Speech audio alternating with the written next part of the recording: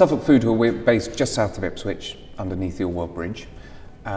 There's a collaboration of different businesses on the site. We are all about local food and selling that local food in a way that's interesting, that's got the provenance behind the food, and providing the experience for those who come to visit us. But we're within the businesses that are here. It's about trying to give that experience on a whole multitude of different levels, by talking to the butcher over the counter, by attending one of the cookery lessons that we've got, by visiting the restaurant and being able to taste some of the local food there and then. As well as ultimately we make our money as a retailer. So the garden centre is selling plants and the food hall selling a whole range of different local foods. So it's a business model that is based upon retail, but it is also a leisure venue. It's a site for people to go and visit and see things about Suffolk of interest. Do you think there could be better communication between businesses and schools to give students an insight to the open world? Absolutely. I mean, from our point of view, having strong relationships with a variety of educational institutions, be it schools or colleges, is critical. On a number of different levels. We actually see an opportunity to build a future staff base by building relationships with schools, having people in for work experience. We also see it as a valuable marketing tool to be able to communicate our ethos, what we're about, the importance of local food, the contribution to the local economy. And thirdly, it's an opportunity for us to really inform our future customer base. So from a staffing point of view, from a communications and marketing point of view, and from developing customers, it's a very important link. What standard of GCSEs do you look for in a student before employing them? The most critical thing is actually having people with the right aptitude, rather than specifically in skills in a certain subject or even a certain level of skill. We're looking for people who have got the right approach to working at the food hall, who are very interested in learning and continuing to learn as they go through their career, in enjoying themselves, but actually having that enthusiasm to impart it to the customer who's coming for a good positive experience at the food hall. So those are just a couple of things really about having the right aptitude off the back of what you're doing within education. So it's not so much about your academic level qualification or even area of academic studies, it's about the way you approach living and working.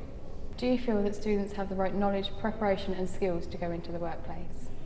It varies, and to be honest, sometimes it's disheartening when we have people who apply for jobs here and actually they're not applying really for the right reasons, and it, I'm afraid, is quite obvious in seeing that when you interview with people or they come in on a trial.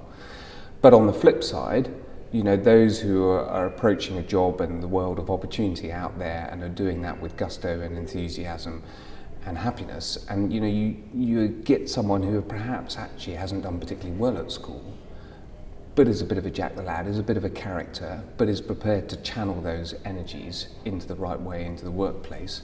That is where the real happiness comes out of having new people starting at the job. Do you think that enough careers advice is given to young people in order for them to go into the wide world? I suppose I'm probably not quite close enough to the mechanics of different schools to fully answer that. What I can say at the Suffolk Food Hall is we have a variety of schools who are making the effort to come out and talk to us as an employer, not only just specifically looking at us, but looking at us by example as other local employer. And we are prepared to give the time and effort to those, and the careers advice that we can impart, I think, will be quite real. It will be from the coalface. It will give you an opportunity to look at things from different angles. There's a lot of different activities go on at the Suffolk Food Hall, so hopefully you can get the breadth by just coming to us. And so whatever we can do to encourage more schools to take that opportunity, the better. What do you think of the change in the GCSE system? I don't know about the change in the GCSE system, but good luck to you anyway. When you were in education yourself, did you feel prepared to leave and did you know what you wanted to do? Yes, I felt prepared to leave in terms of having an appreciation about opportunities and so on. I actually chose to go into further education and actually did an undergraduate graduate degree and a postgraduate degree.